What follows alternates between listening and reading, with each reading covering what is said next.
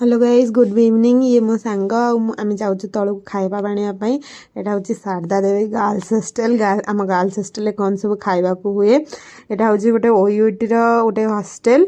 बहुत सारा हॉस्टल अच्छी गोल्डन जुबली आउ यहाँ हूँ गोटे ताठू माने भल हॉस्टल बहुत भितर को अच्छी आपण मैंने रहीपर जो मैंने भी ओयूटी अप्लाई करसपारे।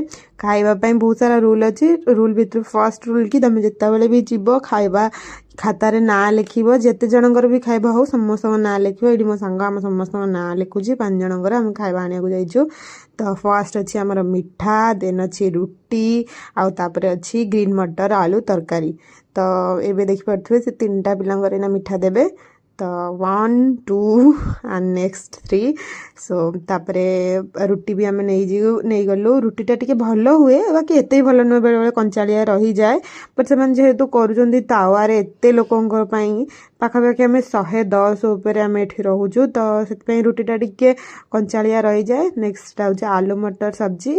तो बहुत टेस्टी थी सब्जीटा।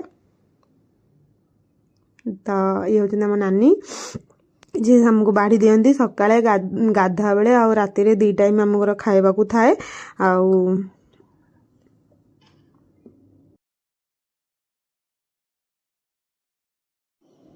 नेक्स्ट टाइम मुझे मो खाइबा को धरिकी जाऊँगी ऊपर को। आईगला मो खाइबा चलो। सो आम ऊपर को जाइलु। आम यहाँ हूँ आम हॉस्टल सीढ़ी आमर यहाँ 3 फ्लोर यहाँ हॉस्टल।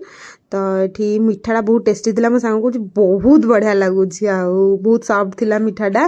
तो मुझे से हिसाब से मुझे कहली मुझे आगे खाईदिए कही मुझे मो मिठाटा खाई नहीं थी। देन ये सब आम मिल था आज। मैंने भी आसतु हॉस्टल रुहतु जो मैंने भी ओयूटी को अप्लाई कर निश्चिंत भाव शारदा देवी हॉस्टल रुहतु। खाइबा बहुत बढ़िया हुए आउ स्टाफ मैंने बहुत कोऑपरेटिव। आम सार होती सुपरटेंडेंट सार रश्मि सार। तो आसतु। तो आम ये कितने मजा मस्ती खाऊँ। ये हूँ निवेदिता। निवेदिता हाय कर हेले भी करू नथिला छाड़ू।